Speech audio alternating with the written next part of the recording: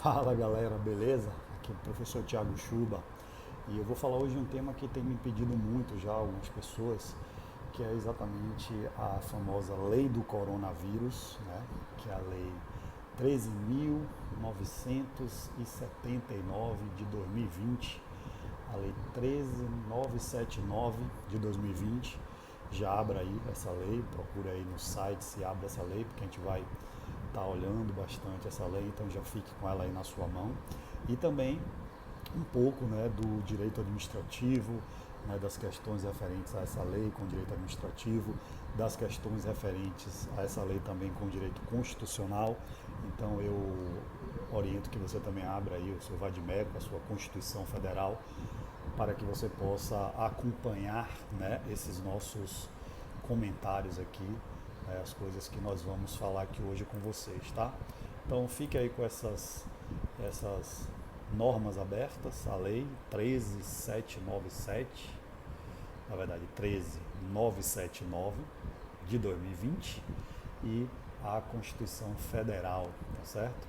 Que a gente vai falar um pouquinho sobre um pouquinho de algumas coisas aqui, do direito administrativo, do direito constitucional, né, que essa lei traz, e das polêmicas, né, principalmente a polêmica com relação a saber da competência, né, competência federal, competência estadual, competência municipal, e a decisão do STF, né, que teve que intervir nesse aspecto, né, para poder falar, né, a constitucionalidade ou não, né, dessa distribuição de competências e se estaria havendo algum tipo de interferência exagerada de uma das esferas da federação na outra, né, porque a gente sabe que a Constituição Federal ela vai distribuir as competências. Então, em tese, as competências já estão todas distribuídas, né? Não há que se falar em interferências e competências novas. Só que nós não podemos esquecer, minha gente, que o Estado brasileiro ele é um Estado federado, né? Ele é uma federação. E além de ser uma federação, o que por si só já poderia ser um complicador nessa questão relativa à distribuição de competências, nós temos que lembrar que nós somos uma federação sui generis. O que é que significa isso? Nós somos uma federação que engloba os municípios como entes federados. Então veja, aquilo que já seria, né, complicado em um Estado federado distribuir competências entre dois entes, ou seja, a União Federal de um lado e os estados do outro, no caso do Estado brasileiro, nós na verdade temos três entes, são três esferas, são três níveis da nossa federação. E aí nós temos que distribuir competência para três esferas. Então nós temos a esfera federal, né, da União Federal, nós temos as esferas estaduais e nós temos as esferas municipais. Então a nossa Constituição, não por acaso, ela vai ter a chamada técnica complexa de distribuição de competências. Se você parar para pensar, portanto, de saída, nós já temos um complicador no Estado brasileiro. Tá? É verdade que essa complicação ela não aparece quando estamos dentro de situações de normalidade.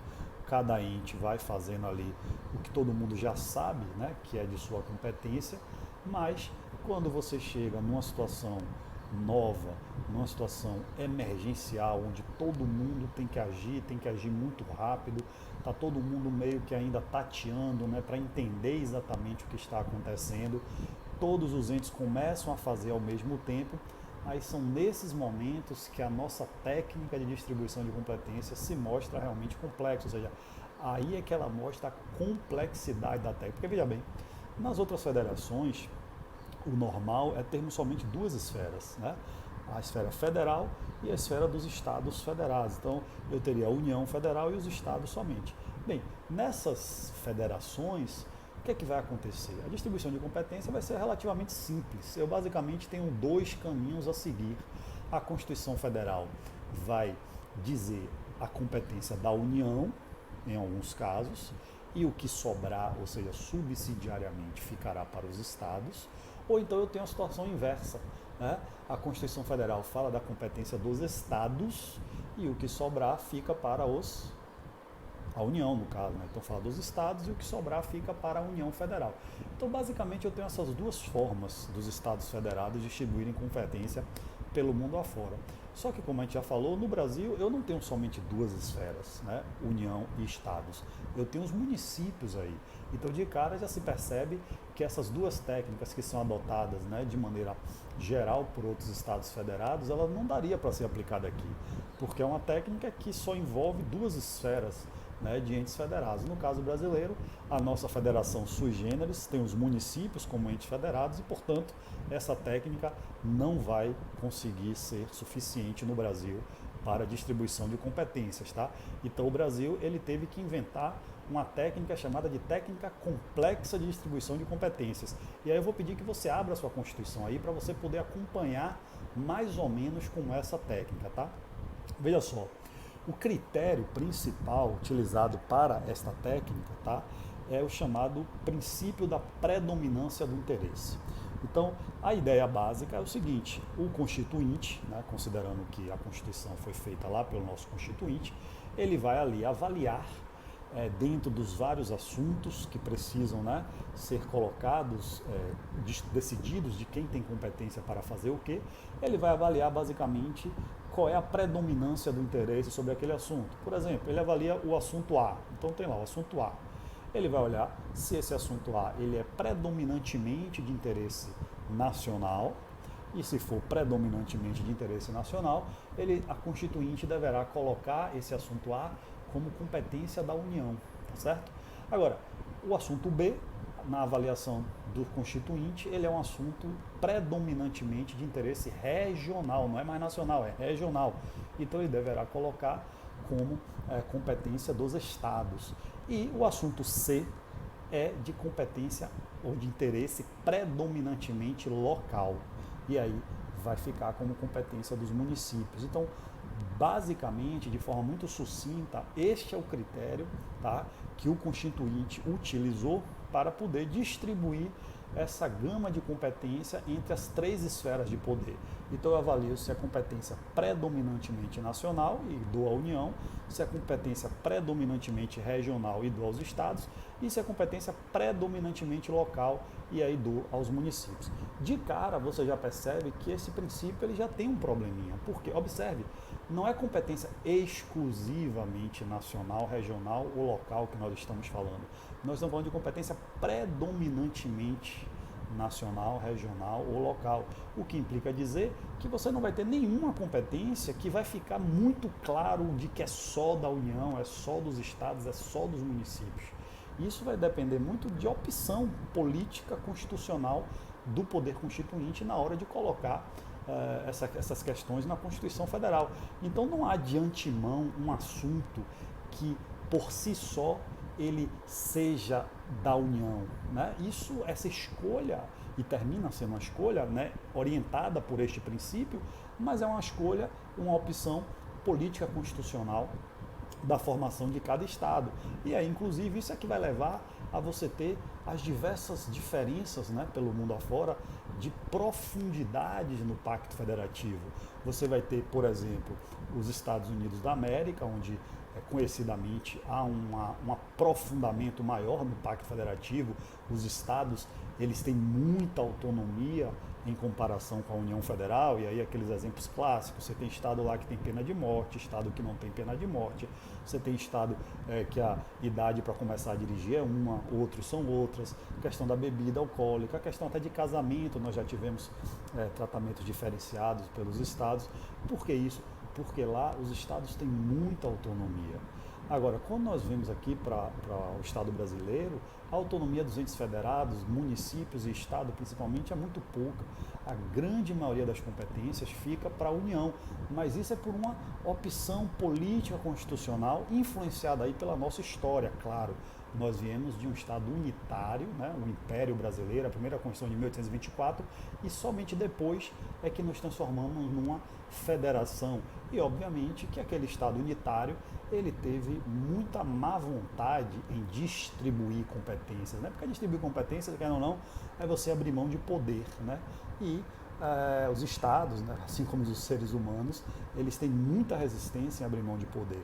Então, efetivamente, historicamente, o que foi passado para os nossos estados e para os nossos municípios a partir de 88, que é quando a Constituição de 88 é que inclui os municípios como entes federativos, o que foi passado efetivamente para os estados e para os municípios foram apenas resquícios de competências, migalhas, como eu chamo, né?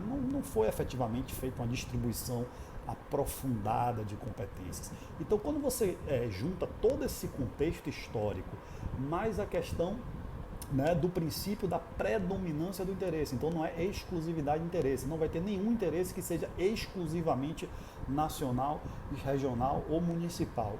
E quando você junta a 3 esferas, ao invés de 2, que é o normal nas federações aí em outros países, você tem todo esse arcabouço para termos realmente um barril de pólvora, né? Um barril de pólvora, que, como eu disse, o barril de pólvora ele não estoura quando o Estado brasileiro está tudo tranquilo, tudo ocorrendo dentro, vamos dizer assim, de uma normalidade, né? Ele está estourando agora que a gente está tendo que enfrentar essa questão aí da pandemia do coronavírus, tá? Então, é natural que nesses contextos de urgência, de excepcionalidade, estas questões com relação à competência venham a aflorar, né? As dificuldades, os limites, exatamente onde é que fica a fronteira entre uma competência da União, do Estado, do município. Isso nunca é algo matemático, nunca é algo matemático. Agora, em situações de emergência é que realmente a coisa fica mais visível e é isso que está acontecendo, né, com algumas medidas. Além do que, né, não é o objetivo aqui da nossa aula aqui, a questão política, né, ideológica de oposições, de situações e que naturalmente vão procurar qualquer tipo de detalhe para entrar em conflito, que é também natural da política, né, faz parte do jogo político, da democracia. Que bom que a gente tem situação e oposição, né? Se só tivesse situação, nós viveríamos numa ditadura e não numa democracia, então isso faz parte todo esse jogo. É complicado, a gente fica apreensivo porque a gente quer ver o Estado agir e muitas vezes, né, a gente vê mais brigas e discussões sobre quem faz o quê do que efetivamente medidas adequadas, mas isso faz parte, como eu disse, da democracia, da nossa federação, do tipo de federação que nós temos, uma federação de 3 níveis, com uma distribuição complexa de competências. E aí eu quero, portanto, que você abra a sua Constituição aí a partir do seu artigo 21. Tá? Eu não vou falar de toda a distribuição de competência que nós temos na Constituição, mas eu vou apenas falar do núcleo da coisa. Então, se você pegar o artigo 21 da Constituição Federal, você vai perceber que lá tem competências da União, né? São chamadas de competências exclusivas da União. O que tem lá no artigo 21, galera, são coisas que só a União pode fazer. Tá? Ou seja, o poder constituinte originário entendeu que são coisas de interesse predominantemente federal, né, predominantemente nacional, então colocou ali no artigo 21, são as competências exclusivas da União. Primeiro tipo de competências, portanto, competências exclusivas da União do artigo 21. São competências materiais, competências de fazer coisas, tá? Tanto que aí você percebe que nós só temos ali incisos que começam com verbos, porque a União é que vai fazer aquelas coisas. O artigo 22 vai falar das competências privativas da União. Já estou aqui em outra espécie de competência. A primeira, do 21, competências exclusivas da União. A segunda, do 22, competências privativas da União. E essas competências privativas são competências de legislar, competências legislativas, tá? Ou seja, legislar sobre assuntos. E aí você pega os incisos do artigo 22 e você só vai ter substantivos ali, porque são coisas sobre o qual o poder constituinte originário entendeu que predominantemente é a União que deve legislar, ou seja, coisas que o poder constituinte originário entendeu que a predominância do interesse também é nacional, assim como foi no 21, beleza? Bem, agora um detalhe aqui, enquanto que as competências exclusivas do artigo 21 elas são indelegáveis, ou seja, só a União vai poder fazer, as competências privativas, e essa é a diferença das exclusivas para privativas, é que as competências privativas são delegáveis, tá? O parágrafo único do artigo 22 vai dizer que a União pode, por lei complementar, delegar aos estados para que eles possam legislar sobre assuntos específicos relativos àquelas matérias. Veja que os municípios estão fora aqui, tá? O município não participa dessas competências do artigo 22, as competências privativas da União. Mas, eventualmente, os estados podem legislar sobre esses assuntos, sobre temas específicos daquelas matérias, e se a União der autorização através da delegação por lei complementar, beleza? Então essa é a diferença entre competência exclusiva e competência privativa. Aí nós vamos para o artigo agora 23. No artigo 23 nós temos as chamadas competências comuns, ou seja, terceira espécie de competência. Competências comuns são aquelas competências de fazer também, são competências materiais, você só terá verbos, né, no artigo 23. Agora são comuns porque a Constituição Federal entendeu que União, Estados, municípios e Distrito Federal devem trabalhar em conjunto, ou seja, nesse artigo 23, observe, lembrando daquele princípio, muito provavelmente o Poder Constituinte originário teve dificuldade de dizer a quem predominantemente interessa esses temas que estão no 23. Então, em virtude dessa dificuldade, ou seja, ele não conseguiu identificar com clareza se é predominantemente interesse nacional, regional ou local, ele colocou nesse artigo 23, chamando de competências comuns, ou seja, todas as três esferas, federal, estadual e municipal, devem agir em conjunto. Aí os parágrafos do artigo 23 vão dizer que eles devem agir de forma cooperativa, tá certo? E essa competência do 23 ela é muito importante para o assunto da coronavírus, porque aí está saúde pública. Então veja, é de competência comum do artigo 23 que os três entes federados, as três esferas, federal, estadual e municipal, ajam, tomem medidas para garantir a saúde pública. Então daí você já percebe que o problema é grande com relação ao coronavírus. Por quê?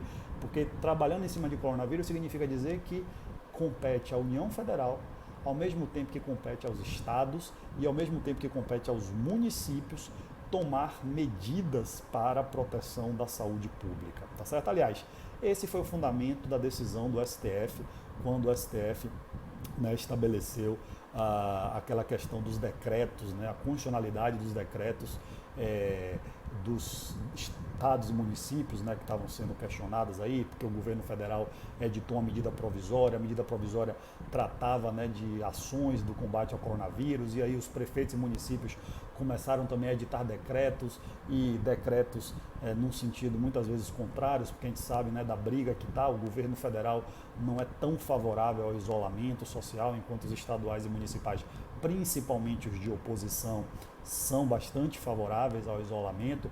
A gente não pode tirar o elemento político dessa coisa, e como eu disse, isso é saudável, né? Uma democracia pressupõe isso, tá? Então você tem toda essa confusão aí de quem tem competência para tomar as ações, e o artigo 23 diz que compete a todos eles promover ações de combate à saúde pública, tá certo?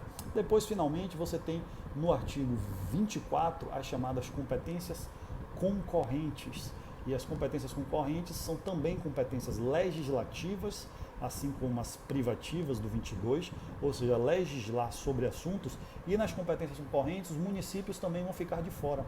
As competências concorrentes é aquela que vai dizer, que a Constituição diz que a União faz as regras gerais, tá? E os estados as regras específicas sobre as matérias que estiverem ali no artigo 24. Então, mais uma vez, o município não participa dessa distribuição de competências. Observe que das 4 competências que nós vimos até agora, exclusiva da União, privativa da União, comuns e concorrentes, os municípios só participaram das comuns, tá certo? Só das comuns. Vocês percebam aí que realmente os municípios, na distribuição de competências do Pacto Federativo, ele ficou com as migalhas, né, de competências.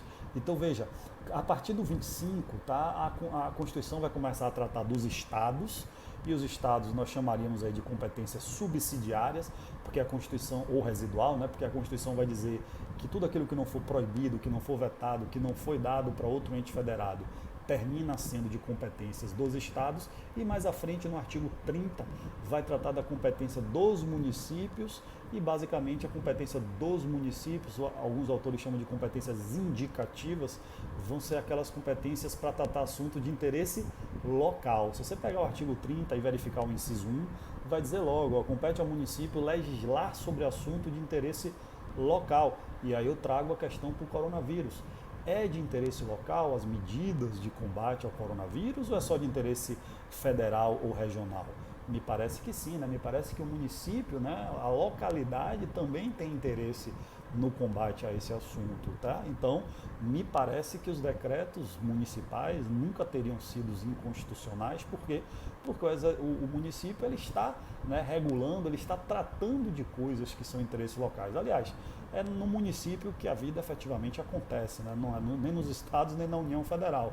Então, as pessoas, né, os munícipes, eles têm, né, interesses locais no combate ao coronavírus. Então, desde o início que começou essa confusão, eu nunca achei que havia nenhum problema nos municípios realmente fazerem algum tipo de regulamentação nesse sentido, porque não há dúvida que seja porque ele tem competência comum do artigo 23 relativo à saúde pública, seja porque ele basicamente vai legislar, vai tratar de assuntos de interesse local, me parece que o coronavírus é também de interesse local, tá? Ele já poderia ter feito isso. O que me parece, galera, é que realmente a confusão toda que se faz no Brasil com relação a isso tem muito a ver com questão política mais do que jurídica, tá? Porque eu acho, pelo menos da minha perspectiva, né, e como nós do direito gostamos de dizer, guardadas as devidas vênias de quem pensa o contrário, tá? Me parece que essa competência seria uma competência clássica comum, tá? Ou seja, há aí um interesse que não é predominante de nenhuma das esferas. Lembra do princípio da predominância do interesse? Então, me parece que o combate ao coronavírus não é predominantemente de interesse nacional, assim também como não é predominantemente de interesse local e também não é predominantemente de interesse regional. Ou seja, na verdade, eu tenho aí uma competência que é classicamente comum, daí a saúde pública, né, está no artigo 23, no, salvo engano, inciso 2 da Constituição. Então, todos os entes deveriam e devem agir. Acontece que, como diz o parágrafo, os parágrafos do artigo 23, eles precisam agir de forma cooperada. E eu acho que é aqui que está o ponto de embate. O problema é porque, considerando as circunstâncias políticas que nós estamos vivendo no Brasil, essa cooperação não está acontecendo. Não há nenhum interesse do governo federal cooperar com municípios e estados que lhes sejam contrários, que lhes sejam oposição. Não há nenhum respeito aí à democracia, né, ao direito que as pessoas têm de fazer oposição e de eleger pessoas de oposição e que não estejam necessariamente alinhadas ao governo federal, assim também como não há nenhum interesse dos governos locais, dos governos regionais, estados e municípios que sejam de oposição, né, de cooperar com o governo federal. O que seria o ideal aí é que os três esferas, independentemente dos seus partidos políticos, eles pudessem sentar e de forma cooperativa, como diz lá os artigos do artigo 23, os parágrafos do artigo 23, que eles pudessem, né, trabalhar em conjunto, né, talvez o governo federal fazendo um papel mais de gerenciamento, né, de verbas, que a gente sabe também que na questão de verbas, os municípios e os estados são bastante prejudicados com relação à distribuição, né, de receitas tributárias. Então me parece que a União Federal teria muito mais essa função, né, de gerenciamento, de tentar harmonizar, né, as medidas e as políticas e a questão financeira, apoio financeiro, logístico. Os estados, né, dentro do meio do caminho aí, fazendo uma concentração ali na metade do caminho para uma melhor distribuição e logística naquela região, e efetivamente os municípios fazendo a linha de frente, né, com obviamente o suporte aí dos estados e dos municípios. Me parece que esse seria o caminho da perspectiva de competências. Entretanto, como eu disse, as questões políticas, infelizmente, estão se sobrepondo à necessidade urgente de um combate eficaz de saúde pública, que é o que nós da sociedade esperamos, tá certo? Então, o STF, fato foi que o STF ele já decidiu sobre isso, tá? Eu tenho aqui a parte da decisão. Então, houve aí a medida provisória 926 de 2020. Essa medida provisória, ela alterou a lei do coronavírus, a lei 13.979 de 2020, tá? E essa alteração trouxe muitos problemas e o STF, na ADI 6341, ADI 6341, né, entendeu exatamente que o artigo 3º da lei, que foi alterada pela medida provisória, deveria ser interpretado conforme a Constituição, né? Interpretado de acordo com a Constituição.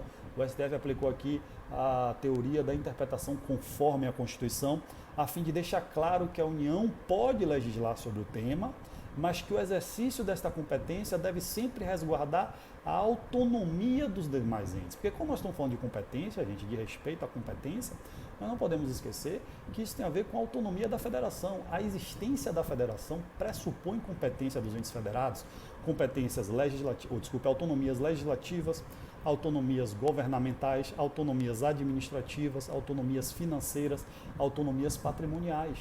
Então, eu não posso suprimir a autonomia dos entes federados sob pena de estar violando o princípio do Pacto Federativo que está previsto no artigo 1º da Constituição, ou seja, é um princípio fundamental, de muita importância, tanto assim que é considerado uma cláusula pétrea. Se você pegar e abrir o artigo 60, parágrafo 4, você vai verificar que o Pacto Federativo está lá como uma cláusula pétrea, por conta da sua importância. Então foi preciso que o STF adentrasse nessa matéria para poder harmonizar, né, aquilo que estava sendo feito aleatoriamente por União, por Estado, por município. Ele precisou dizer, peraí, todos vocês precisam agir de forma concomitante, vocês precisam agir de forma cooperada, tá certo? Então, no seu entendimento, diz aqui a notícia, a possibilidade do chefe do Executivo Federal definir por decreto a essencialidade do serviço público sem observância da autonomia dos entes locais afronta o princípio da federação, tá? Afronta o princípio da federação. Ficaram vencidos nesse ponto, relatou o ministro Dias Toffoli, que entenderam que é liminar e tal.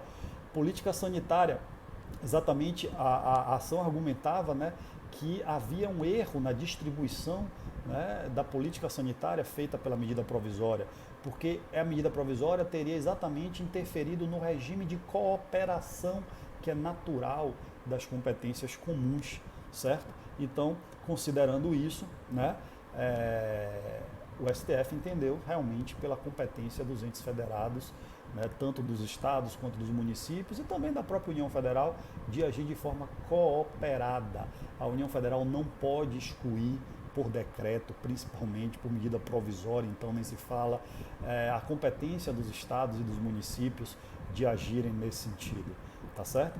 Então, me parece que o STF decidiu com acerto. Inclusive o STF, se você pegar ali o finalzinho da decisão, ainda tem o cuidado de dizer que, olha, o erro, né, na medida provisória é até entendível na medida em que o presidente, considerando a questão de urgência, né, ele vai dizer assim, com a finalidade de mitigar os efeitos da pandemia no Brasil, né, atuou a tempo e modo diante da urgência e da necessidade de uma disciplina de abrangência nacional sobre a matéria.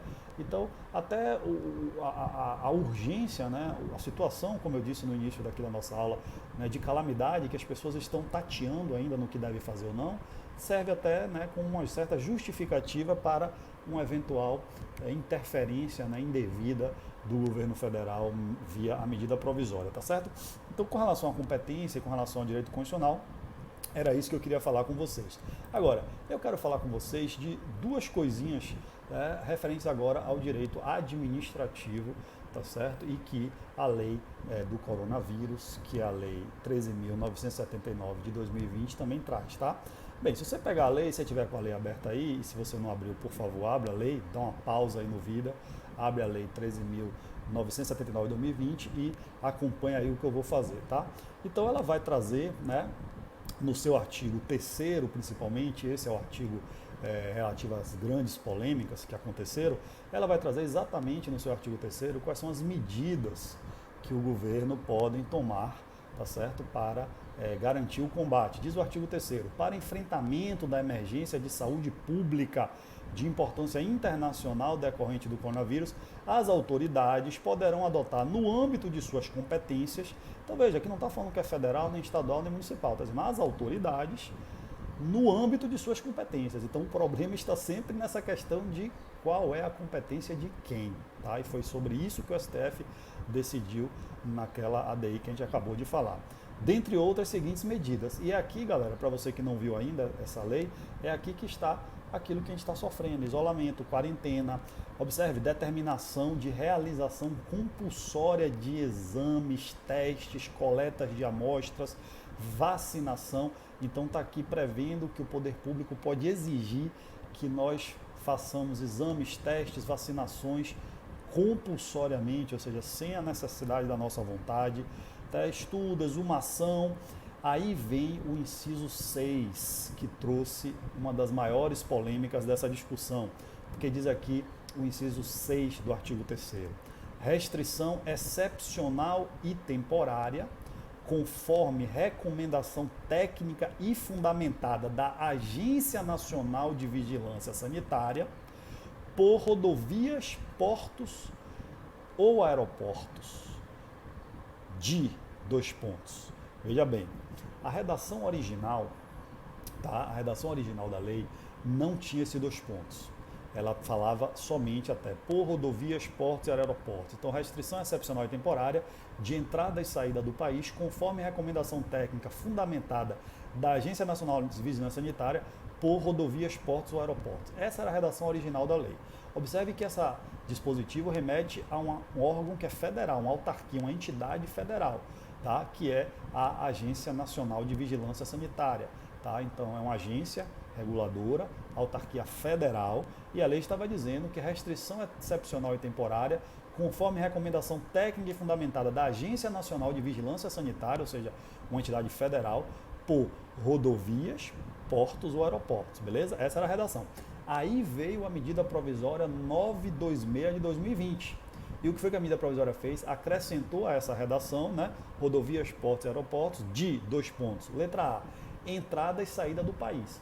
Até aí, beleza, né? Entrada e saída do país realmente é uma questão, né, de âmbito federal, é a União Federal que faz a regulamentação disso, e faz todo o sentido que uma agência federal estabeleça toda a fiscalização com relação a isso.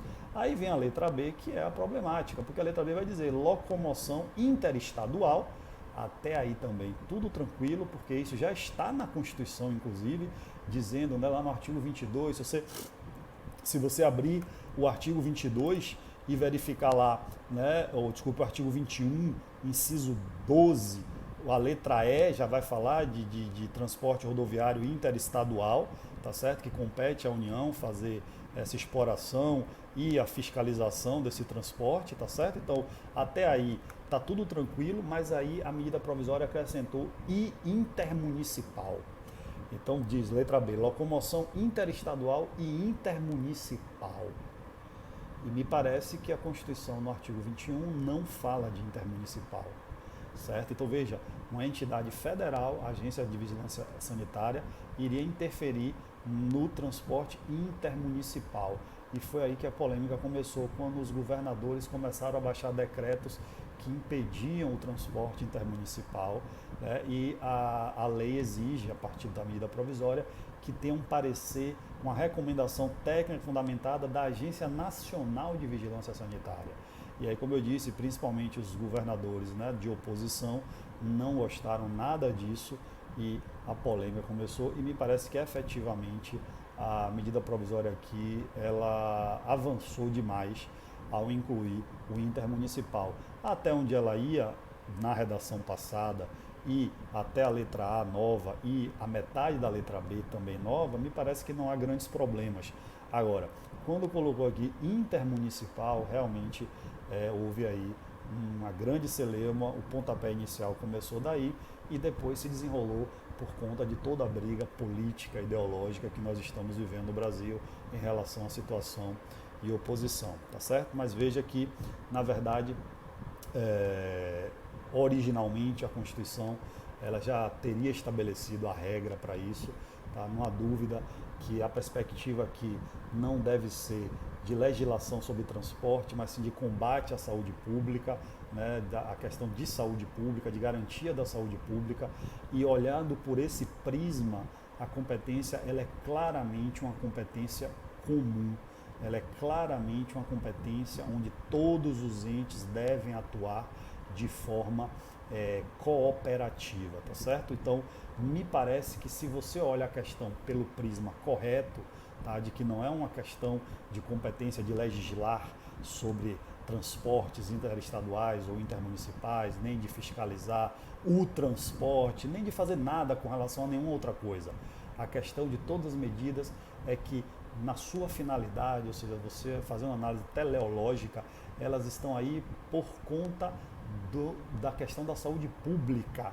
E sendo assim, elas se justificam, sejam elas estaduais, municipais ou federais, em virtude da questão da saúde pública, que é competência comum de todos os entes ajudarem e agirem a favor da saúde pública, tá? A dificuldade é que essa galera toda concorde com alguma coisa, deixando de lado as questões político-partidárias, tá? Me parece que toda a polêmica tem muito mais a ver com questão político-partidária do que efetivamente com falta de resposta na Constituição, apesar da nossa distribuição de competências ser complexa. Me parece que ela é bastante satisfatória.